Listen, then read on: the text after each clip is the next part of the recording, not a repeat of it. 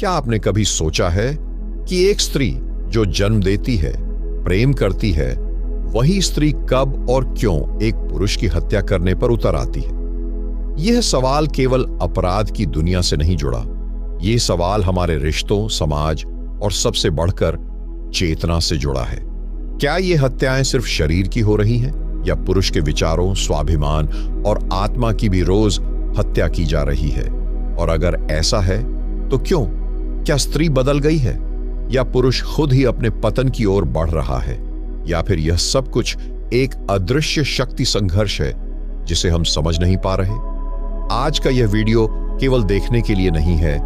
यह एक आंतरिक यात्रा है जो आपके सोचने के तरीके को, आपके रिश्तों को और शायद आपकी आत्मा की गहराई को छू जाएगी। यह कोई एक तरफा कहानी नहीं है।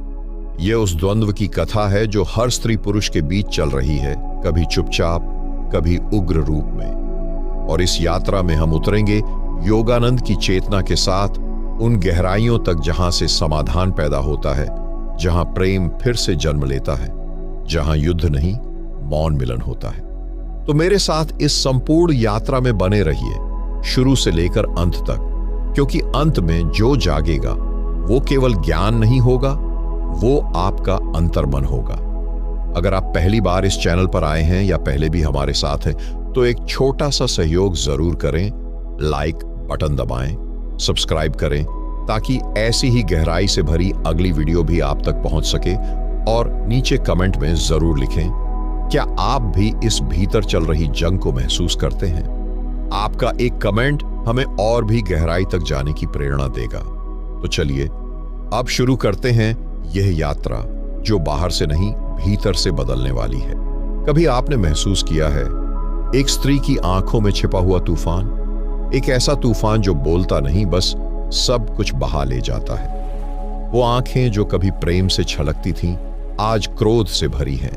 वो हाथ जो जीवन को सहेजते थे, अब जीवन को खत्म कर रहे हैं।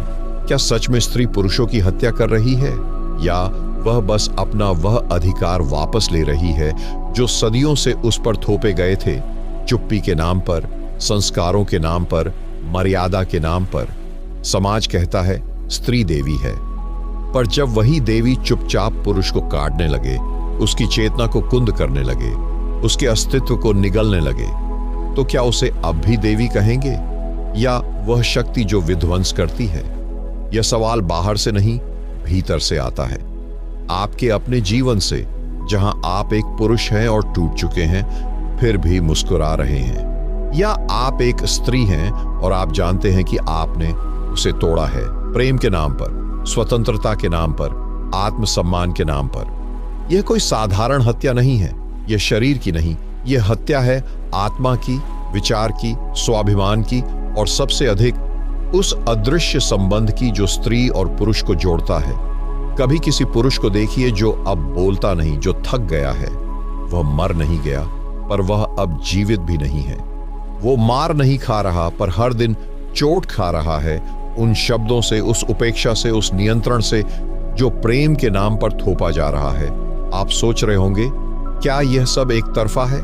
क्या केवल स्त्री ही दोषी है? नहीं, ये कहानी बहुत जटिल है। ये दोष की नहीं, ऊर्जा के संतुलन की बात है। लेकिन आज स्त्री के भीतर जो जागा है, वह केवल क्रांति नहीं है, वह प्रतिशोध है। वह कह रही है, अब मैं नहीं झुकूंगी। और इस न झुकने की प्रक्रिया में वह तोड़ रही है हर उस पुरुष को जो सामने आ रहा है। पर रुकिए, क्या वास्तव में यही समाधान है? क्या वास्तव में स्त्री जीत रही है, या वह धीरे धीरे अपनी ही स्त्रीत्व को खो रही है? क्या वह पुरुष को खत्म कर रही है, या अपने भीतर की करुणा को? योगानंद कहते हैं, जहां प्रेम युद्ध बन जाए, वहां दोनों मरते हैं, एक शरीर से, एक आत्मा से। आज की स्त्री के भीतर दो शक्तियां हैं, एक जो प्रेम करती है और एक जो प्रतिशोध लेती है। और वह जिन पुरुषों को मार रही है, वे केवल शरीर से नहीं मरते, वे अपने भीतर के पुरुषत्व से मरते हैं। और यही है आज की सबसे बड़ी त्रासदी, कि हम जीते हुए मृतकों की दुनिया में जी रहे हैं। जो स्त्री पहले जीवन देती थी, आज वह मृत्यु देने लगी है। पर इस प्रक्रिया में वह स्वयं भी टूट रही है, अंदर ही अंदर। वह रो रही है क्योंकि वह जानती है कि उसने उस पुरुष को नहीं मारा, बल्कि अपने ही भीतर के प्रेम को समाप्त कर दिया। कभी कभी विनाश बहुत शोर से नहीं आता, वह आता है धीरे धीरे, बिल्कुल चुपचाप, जैसे कोई दिया बुझता है, बिना आहट, बिना लपट, केवल एक सांस में। ऐसा ही कुछ हो रहा है आज के पुरुष के साथ। वह मारा नहीं गया, पर वह अब जीवित भी नहीं है। वह बात करता है लेकिन उसकी बातों में पुरुषत्व नहीं है। वह चलता है लेकिन किसी दिशा में नहीं। वह मुस्कुराता है पर वो हंसी किसी और के लिए है, उस स्त्री के लिए जिससे वह डरता है, जिसे वह खोना नहीं चाहता, पर जिसके साथ अब वह जी भी नहीं रहा। क्या यह प्रेम है या यह एक ऐसा समझौता है जिसमें स्त्री अब अपने अधिकार के नाम पर पुरुष के अस्तित्व को खा रही है? यह वह हत्या है जिसे समाज स्वीकार कर चुका है, क्योंकि यह खून नहीं बहाती, यह घाव देती है आत्मा में, विचार में, अस्मिता में। पुरुष अब अपने निर्णय खुद नहीं लेता। वह पूछता है, क्या मैं यह कर सकता हूं? क्या तुम नाराज तो नहीं होगी? क्या मैं आज कुछ देर चुप रह सकता हूं? और स्त्री, वह अब केवल प्रेम नहीं मांग रही, वह नियंत्रण चाहती है, वह निर्णय लेना चाहती है। वह अब सहयोगी नहीं, सर्वेसर्वा बनना चाहती है। क्या यह बुरा है?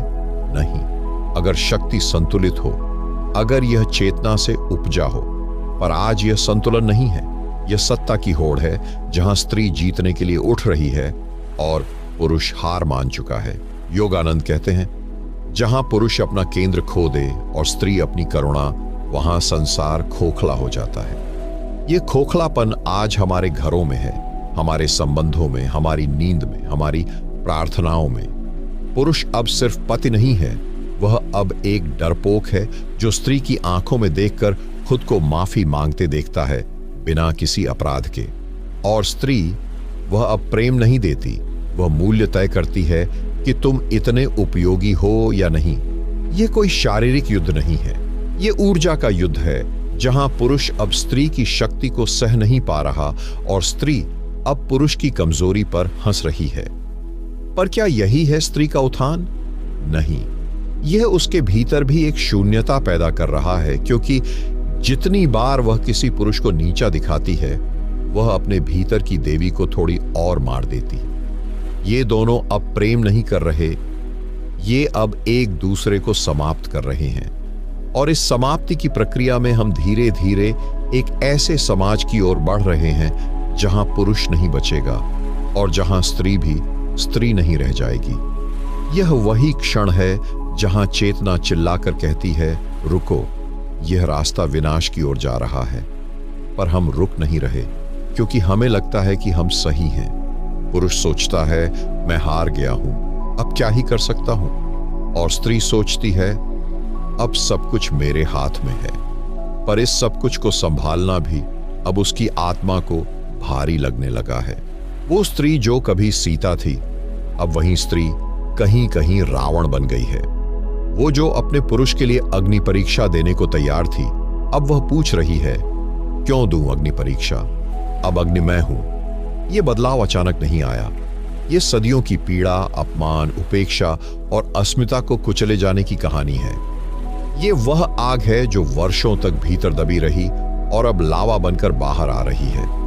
लेकिन यह लावा सिर्फ बाहरी व्यवस्था को नहीं जला रहा, यह भीतर के स्त्रीत्व को भी भस्म कर रहा है। कभी आपने ध्यान से देखा है, वो स्त्री जो शक्ति बन चुकी है, वो प्रेम नहीं कर पा रही। उसकी आंखों में तेज है, लेकिन अपनापन नहीं। उसके शब्दों में स्पष्टता है, पर कोमलता नहीं। वो जीत रही है, लेकिन भीतर कुछ खो रही है, बहुत गहराई से। यहां योगानंद की चेतना हमें एक नई दृष्टि देती है। वो कहते हैं, स्त्री जब अपनी प्रकृति से हटकर पुरुष बनना चाहती है, तो वह अपने स्त्रीत्व को छोड़ देती, और जब पुरुष अपनी चेतना खो देता है, तो वह स्त्री के पीछे खड़ा एक डरपोक दास बन जाता है। इस तरह दोनों गिरते हैं और प्रेम मर जाता है।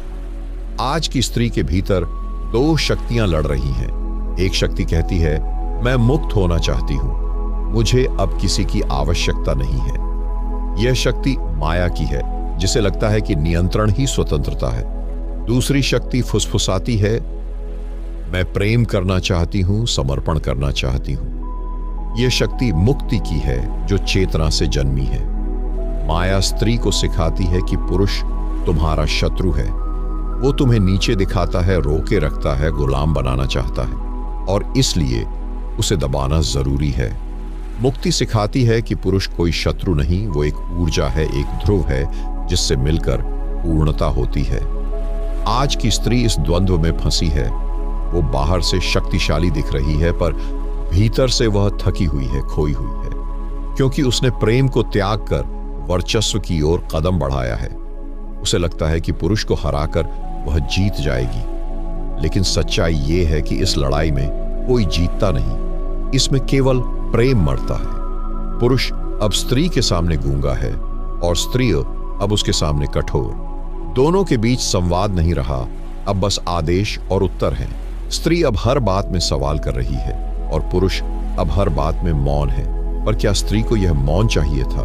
नहीं, उसे चाहिए था प्रेम, समझदारी, एक गहरा साथ। लेकिन अब जब पुरुष उसके सामने झुका है तो उसे अब वो ऊंचाई भी अच्छी नहीं लगती जहां वह खुद खड़ी है।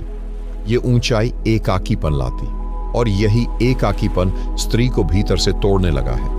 आज जो स्त्री पुरुष को हरा रही है उसे एक दिन स्वयं के भीतर का खालीपन खा जाएगा, क्योंकि पुरुष को मिटाकर स्त्री पूर्ण नहीं होती बल्कि अधूरी रह जाती है।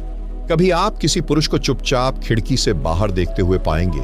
वो न रो रहा होगा, न मुस्कुरा रहा होगा, बस देख रहा होगा, खोया हुआ, बिना किसी शब्द के। वो क्षण किसी युद्ध से लौटे सैनिक की तरह होता है जो लौट तो आया है पर अंदर से मर चुका है। ये वही पुरुष है जिसे समाज कहता है मजबूत बनो, और स्त्री कहती है अगर तुम सच में मर्द हो तो कुछ करके दिखाओ। पर किसी ने नहीं देखा कि वो कब भीतर से टूट गया, कब उसके भीतर कुछ मर गया। एक हिस्सा जो कभी मुस्कुराया करता था, जो बेफिक्र था, जो जीना जानता था। उसकी मृत्यु कोई एक दिन में नहीं होती, वो मरता है हर दिन, हर रात, हर संवाद में। उसकी पहली हत्या होती है विचारों की। उसे कहा जाता है तुम्हारे विचार गलत हैं, पुराने हैं, स्त्री विरोधी हैं। धीरे धीरे वह सोचना बंद कर देता है, उसकी अपनी कोई दृष्टि नहीं बचती। दूसरी हत्या होती है स्वाभिमान की। स्त्री जब हर बात में उसे तुच्छ बना देती है, उसे कमतर बताती है, तो उसका आत्मसम्मान मर जाता है, बिना चीख के, बिना लहू के। तीसरी हत्या होती है प्रेम की। जिस स्त्री के लिए उसने सब कुछ किया, जब वही उसे योग्य न माने तो उसके भीतर प्रेम पर से विश्वास उठ जाता है, और प्रेम मर जाए तो क्या बचता है जीवन में? चौथी हत्या होती है उद्देश्य की। जब उसे लगता है कि अब उसके होने का कोई महत्व नहीं, कोई जरूरत नहीं, तो वह बस जीता है क्योंकि शरीर चल रहा है, न कि आत्मा। और पांचवी हत्या होती है आत्मा की। यह सबसे खतरनाक होती है, क्योंकि तब पुरुष मुस्कुराता है, काम पर जाता है, बातें करता है, लेकिन वह भीतर से खोखला हो चुका होता है। वह जो पहले दीवार बनकर खड़ा था, अब वह परछाई बन चुका है। कभी स्त्री की छाया, कभी बच्चों की छाया, कभी समाज की छाया। वो अब स्वयं नहीं है, वो अब बस एक किरदार है जो निभा रहा है जिसे निभाना नहीं चाहिए था। ये जो हत्याएं हैं, इन्हें कोई नहीं देखता, क्योंकि इनका कोई शव नहीं होता, इनका कोई दाह संस्कार नहीं होता। इनमें बस एक शून्य होता है जो हर दिन गहरा होता जाता है। और स्त्री, क्या वह इन हत्याओं से अनजान है? नहीं, वह जानती है, पर शायद वह भी घायल है। वह भी कुछ साबित करना चाहती है, वह भी लड़ रही है, लेकिन यह लड़ाई एक दूसरे को मिटा देने की नहीं होनी चाहिए थी, क्योंकि जब पुरुष की आत्मा मरती है तो स्त्री के भीतर भी कुछ बुझने लगता है, वो जीत कर भी हार जाती है। योगानंद कहते हैं जहां प्रेम नहीं, वहां आत्मा दम घुटकर मर जाती है। और स्त्री पुरुष का मिलन तभी होता है जब दोनों आत्माएं जागृत हों, सजग हों और समर्पण में हों। पर आज की स्त्री और पुरुष या तो लड़ रहे हैं या मौन होकर एक दूसरे से दूर होते जा रहे हैं। अब जरूरत है इस मौन को तोड़ने की। अब जरूरत है फिर से उस बिंदु पर लौटने की जहां से प्रेम शुरू हुआ था, जब दो आत्माएं एक दूसरे को देखकर मौन हो जाएं। जहां कोई अपेक्षा न हो, न अधिकार, न नियंत्रण, वहीं से जन्म होता है एक नए संबंध का, जो प्रेम है और उससे भी आगे का कुछ। लेकिन आज क्या हम उस बिंदु तक पहुंच पा रहे हैं? नहीं, क्योंकि हम भूल चुके हैं कि स्त्री और पुरुष केवल शरीर नहीं, वे ऊर्जा हैं, विपरीत पर पूरक, एक दूसरे को नष्ट करने के लिए नहीं बल्कि पूर्णता में ले जाने के लिए। योगानंद कहते हैं, स्त्री वह द्वार है जिससे पुरुष ईश्वर तक पहुंच सकता है, और पुरुष वह आकाश है जिसमें स्त्री स्वयं को विस्तार दे सकती है। लेकिन जब द्वार को आग लगा दी जाए और आकाश को कैद कर दिया जाए तो क्या बचता है? आज स्त्री देवी नहीं बनना चाहती, वो अब समान बनना चाहती है, शब्दों में नहीं, शक्ति में। और पुरुष अब शक्तिशाली नहीं बनना चाहता, वो अब बस शांति चाहता है। पर इन दोनों की यह खोज उन्हें एक दूसरे से और दूर ले जा रही है, क्योंकि वे अपनी ऊर्जा की दिशा भूल गए हैं। स्त्री की ऊर्जा नीचे से ऊपर की ओर चलती है, मूलाधार से हृदय तक, फिर सहस्रार तक। वह प्रेम से उठती है, करुणा से खिलती है। पुरुष की ऊर्जा ऊपर से नीचे की ओर उतरती है, ज्ञान से क्रिया तक, फिर समर्पण तक। जब दोनों की धाराएं मिलती हैं, तब होता है एक तीसरा जन्म, न शरीर का, न भावना का, बल्कि चेतना का। वह क्षण ही समाधि है, वह मिलन जो न आंखों से दिखता है, न शब्दों से समझाया जा सकता है। वो केवल महसूस किया जाता है, मौन में, स्पर्श के बिना, प्रेम के बिना प्रेम में। पर आज हम चेतना की नहीं, प्रतिस्पर्धा की यात्रा कर रहे हैं। स्त्री पूछती है, तुम क्या दे सकते हो मुझे? पुरुष पूछता है, तुम मेरी बात क्यों नहीं मानती?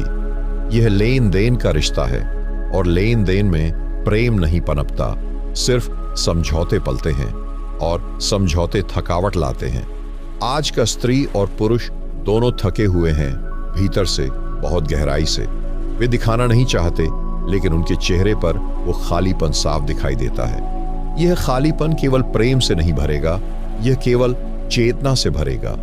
जब हम समझेंगे कि हम एक दूसरे के दुश्मन नहीं हैं, बल्कि दरवाजे और चाबी हैं। स्त्री वो कुंजी है जो पुरुष को खोलती है, भीतर के शिव को, भीतर के मौन को। और पुरुष वह दरवाजा है जिससे स्त्री अपने पूर्ण सौंदर्य को जानती है। अगर हम यह भूल जाएं तो फिर केवल वासनाएं बचती हैं, लड़ाइयां बचती हैं, और अंततः एक गहरी अकेली मृत्यु। पर अगर हम याद रखें तो मिलन फिर संभव है।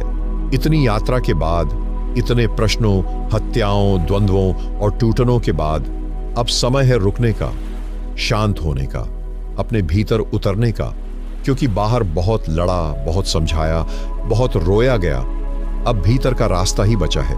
स्त्री अब थक चुकी है बार बार जीत कर भी हारने से। पुरुष अब थक चुका है मौन होकर भी टूटा रहने से। दोनों एक दूसरे को देखने से डरते हैं, क्योंकि दोनों को पता है कि जो संबंध उन्होंने बनाए वो प्रेम से नहीं, डर, अधिकार, अपेक्षा और नियंत्रण से बने थे। अब समय है उन्हें मिटाने का, जला देने का, ताकि नया जन्म हो सके। योगानंद कहते हैं, जहां स्त्री और पुरुष एक दूसरे को आत्मा समझकर देखें, वहां न युद्ध होता है, न जीत, बस एक शुद्ध मौन जो ईश्वर की झलक है। उस झलक को देखने के लिए न कोई बहस चाहिए, न कोई प्रमाण, केवल एक मौन स्वीकृति। हां, तुम मेरे जैसे नहीं हो, हां, तुम मुझसे अलग हो, पर फिर भी तुम में मैं समा सकता हूं, और तुम में मैं खुद को भूल सकता हूं। वही क्षण मुक्ति है। उसमें न कोई स्त्री है, न पुरुष, न शादी, न तलाक, न हक, न हर्जाना, बस प्रेम जो किसी पर निर्भर नहीं। अगर आज की स्त्री और पुरुष सिर्फ एक बार मौन होकर बैठ जाएं, बिना बोले, बिना समझाए, बिना दोष दिए, तो वे देख पाएंगे कि जिसे वे एक दूसरे में तोड़ रहे थे, वो खुद उनके भीतर टूटा हुआ था। हम एक दूसरे को मारते हैं क्योंकि हम भीतर मर चुके हैं। अब समय है एक नई शुरुआत का, नए संबंधों का नहीं, नए वचनों का नहीं, बल्कि नई चेतना का। वो चेतना जो कहती है, तुम मेरे विरोध में नहीं, तुम मेरी पूर्णता हो। तुम्हें मिटाकर मैं खुद को नहीं पा सकता, और तुम्हें प्रेम देकर मैं खुद को बचा सकता हूं। अब समय है स्त्री को फिर से देवी बनने का, लेकिन इस बार बिना डर के, बिना चोट के। अब समय है पुरुष को फिर से शिव बनने का, लेकिन इस बार बिना क्रोध के, बिना अधिकार के। शिव और शक्ति फिर मिल सकते हैं अगर हम अपने भीतर की लड़ाई को रोक दें। यही अंत नहीं है, ये एक आत्मिक पुनर्जन्म है जहां आप फिर से स्त्री या पुरुष नहीं रहते, बस साधक बन जाते हैं। जिस दिन स्त्री ध्यान में बैठ जाए और पुरुष मौन हो जाए, वहीं से सृष्टि फिर से जन्म लेगी। अब निर्णय आपका है, आप युद्ध में रहना चाहते हैं या समाधि में उतरना चाहते हैं, क्योंकि जो आत्मा तक पहुंचना चाहता है उसे स्त्री और पुरुष दोनों को एक ही आंख से देखना होगा, प्रेम की आंख से, प्रकाश की आंख से। लास्ट टाइम में बस इतना ही कहना चाहूंगा, यदि आपको इस वीडियो से कुछ नया चीज सीखने को मिला, चैनल को लाइक और सब्सक्राइब और कमेंट में लिखे। मैं प्रेम की भाषा में लीन होना चाहता हूं। धन्यवाद।